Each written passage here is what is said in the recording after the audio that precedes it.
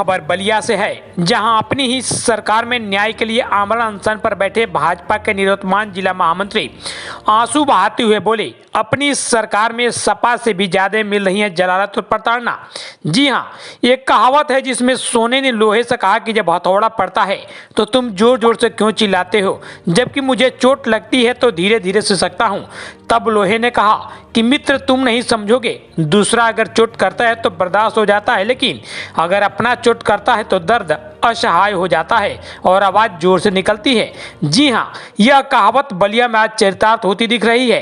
यहां पर भाजपा की इस सरकार में निवर्तमान महामंत्री नंदलाल सिंह अपनी जमीन पर दबंगों द्वारा किए गए कब्जे को हटाने के लिए जब प्रशासनिक अधिकारियों के यहां दौड़ते दौड़ते थक गए तो 6 नवंबर को कलेक्ट्रेट परिसर में आमरण अनशन पर बैठ गए।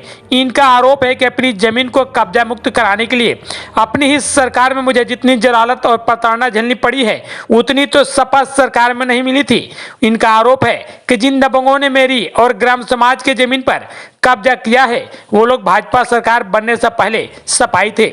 जी हां, ये तस्वीरें हम आपको बलिया कलेक्ट्रेट परिसर की दिखा रहे हैं, जहां पर फेफना थाना क्षेत्र के चरुइया गांव निवासी नंदलाल सिंह आमरण अनशन पर बैठे हैं और आंसू बहा रहे हैं। दरअसल ये बीजेपी सरकार में निवर्तमान महामंत्री हैं।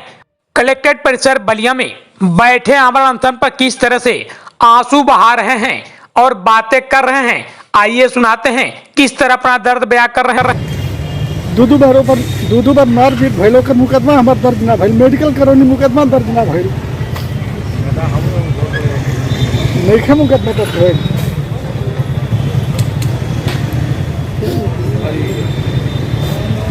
अपनी सरकार में जितना जलील हुआ है आदमी, सपा की सरकार में भी उतना जलील नहीं हुआ है आदमी। और प्रशासन एकदम सरेंडर हो गया है दलालों के सामने। इस जिले पर दलाल हावी हो गए हैं। कार्यकर्ता 40 वर्ष दौड़त आदमी के शरीर खराब हो गए। आज ये दिन देखे खातिर भाजपा के आदमी काम कर पूरा जिंदगी बीत गई भाजपा के राजनीति करत यही दिन देखे खातिर। एसडीएम साहब को था कि वो लोग सहमत नहीं है, हम पैमाइश नहीं करा सकते। हम बोलेंगे कि जो अवैध कब्जा कर रखा है वो सहमत कभी होगा। जी क्या है पूरा मामला? नंदलाल सिंह नाम है मेरा। मैं 40 वर्षों से भारतीय जनता पार्टी में कार्यरत हूँ।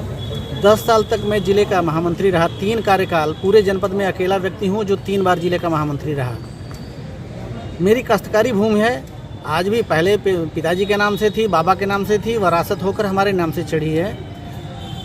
दूर दूर तक जो कब्जा कर रखे हैं उनका उससे कोई संबंध नहीं है, न कहीं रिकॉर्ड में उनका नाम है। ज़बरदस्ती वो हमारी ज़मीन को जोत लिए हैं।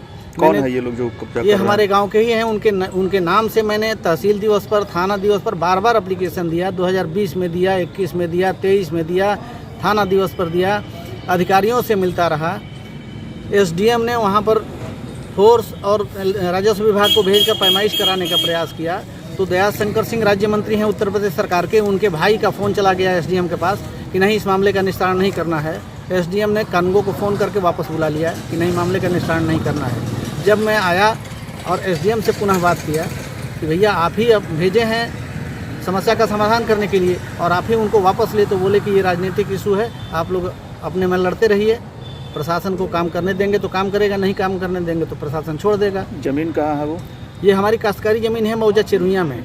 दूसरा विषय है कि ग्राम समाज की भूमि, उसका 2020 में मैंने तहसील दिवस पर दिया था। उसके पेपर भी आपको दे रहा हूँ। 556 घ 643 705 525 727 ये नंबर है इसका। अराजी नंबर, रकबा और जो कब्जा कर रखा है उसका नाम देते हुए मैंने 2020 में ये संपूर्ण समाधान दिवस पर दिया था। इसके बाद भी आज तक वह ज़मीन खाली नहीं हुई, इसलिए कि वो दयाशंकर सिंह के रिश्तेदार हैं। खुलेआम दयाशंकर सिंह कहते हैं कि भाई वो हमारे रिश्तेदार हैं। तो इस प्रदेश की सरकार जो अभियान चला रखी है कि ग्राम समाज की ज़मीन या सरकारी ज़मीन पर जो अवैध अतिक्रमण हुआ है उसको खाली कराया जाए, और यहाँ उत्तर प्रदेश सरकार का मंत्री ही कब्जा करा रहा है और उसके दबाव में प्रशासन खाली नहीं कर रहा है। दूसरा विषय है 2021 में मैंने इस पर तहसील दिवस में दिया था, उस पर भी कार्रवाई नहीं हुई। 2023 में 7 अक्टूबर को मैंने दिया, आज तक उस पर कोई कार्रवाई नहीं हुई। थाना दिवस पर मैंने दिया बार, कोई कार्रवाई नहीं। दयाशंकर सिंह और धर्मेंद्र सिंह उनके भाई हैं, उनके दबाव में प्रशासन कर रहा है। और तो और एक हमारे यहाँ राजकीय आयुर्वेदिक चिकित्सालय है, जिसमें क्षेत्रीय आयुर्वेदिक एवं यूनानी अधिकारी ने उप जिलाधिकारी सदर को पत्र लिखा है 10 जनवरी 2022 को। उस 99 डिसमिल की ज़मीन पर लगभग 50 डिसमिल अतिक्रमण है, उस पर भी अवैध कब्जा है। उसने खाली कराने के लिए पत्र लिखा है, ये विभागीय लेटर है। इसके बाद भी इनके दबाव में प्रशासन वहाँ पर कार्रवाई नहीं कर रहा है। और यानी कि योगी राज में जहां भू माफियाओं पर अंकुश लगाने का दावा किया जा रहा है, भू माफियाओं को संरक्षण हमारा मंत्री दे रहा है। वहीं जो है